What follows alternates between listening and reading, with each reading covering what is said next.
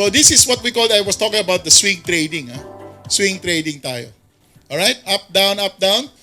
Anything that breaks below 50-day, it becomes a swing. As long as, what? As long as the price is not below 200-day EMA. Alright? 100, 200 days. So samples is here. You see those small circle? This is the US market, swing trading. Hits the 200, bounce. Hit the 200, bounce. Hit the 200, bounce. After that, nag-breakout new high. Okay? So when people say bounce play, it's a swing. Right? Pag nag-break below 200 day, hindi na bounce play yan. It's a counter trend trading na. Right? When prices goes below 200, ang bounce play, baliktad. Rally to short. Do you get it? It's rallying to short. But since we don't have short, so we don't need to teach that. All right? So like us, for example, we bought the capitulation. We bought the capitulation. Rally to resistance. We sell half. Trailing stop. We don't know, but it could go to 200 day. So we put a trailing stop lang. Pag tinamaan dito, out na kami. Stochastic is for swing. You have to know when to use it. A stochastic is an oscillator. Diba? So in other words, the swing trading, the bounce play is using a stochastic. But if it breaks below 200, it's a counter trend. It's useless to use stochastic. Stochastics can only be used for sideways market. Bounce play lang. Yeah? Overbought, oversold. Overbought, oversold. Stochastic yan. But if you are going to trade the capitulation, you have to wait for it to have a one-day reversal. Right? One-day reversal. Which is the, one-day reversal. Then it's engulfing the move. Then you buy the next day. I will show you some of the samples later. When you're using a wrong indicator at the wrong time. Kaya nga kailangan, tinuro ko kayo na kailangan yung 5 kinds, which is trend trading, momentum, swing, reversals, capitulation. Why am I showing you the whole thing na? Because if you go to all this blog, they will only show you momentum, di ba? Bounce play. Hindi naman bounce play yan eh. It's a capitulation play. Di ba? So people you're using the wrong term eh. So after a while, you get confused.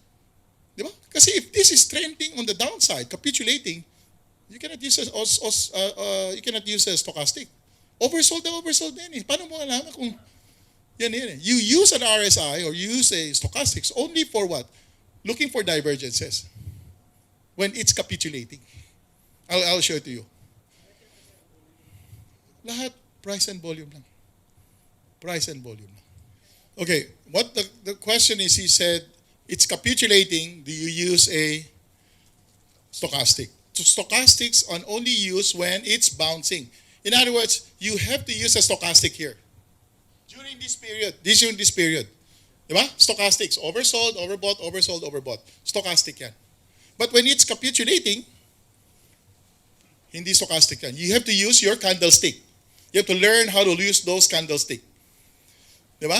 Mga one-day reversal, which is a bullish engulfing.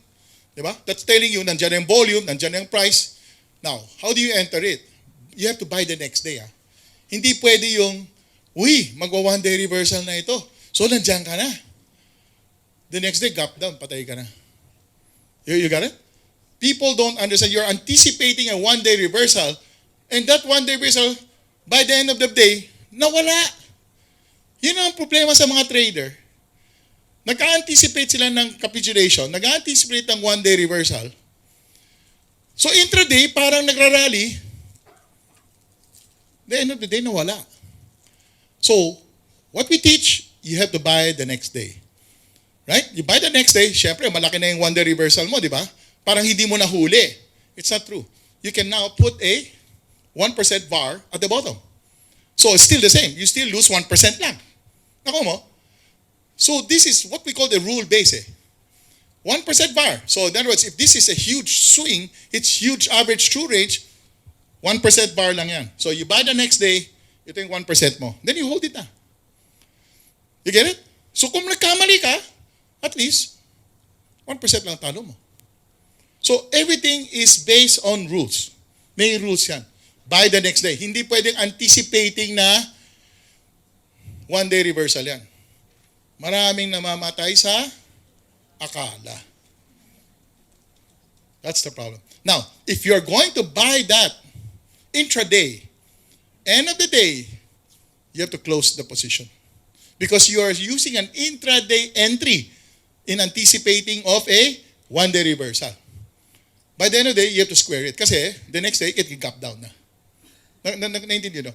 Now, if you buy the next day, you already have a chance to get out when you're wrong. And if you're thinking that it will go up, but it's not behaving right, you just put a 1% bar. Nandiyan ka na. You can be in na.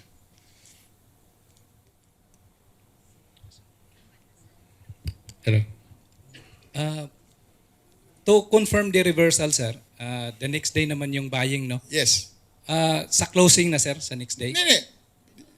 Breakout, basta pag nag-breakout the next day, nandiyan na. Pag nag-breakout.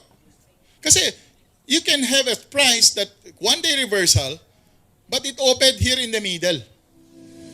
Tapos bababa na naman. Meron na na. That's why you have to be a rule. The rule is, first uptick, buy the next day high. Andiyan ka na, put your stop na. Nandiyan. Matulog ka na. Huwag mo lang tingnan. Kasi manatakot ka pa. Kasi may volatility yan di ba? You get it? Pero, since you have a 1% bar, alam mo na kung magkano matatalo ka, okay ka lang. So these are based on rules ha. Puro rule based ito. Puro rule based lang yan.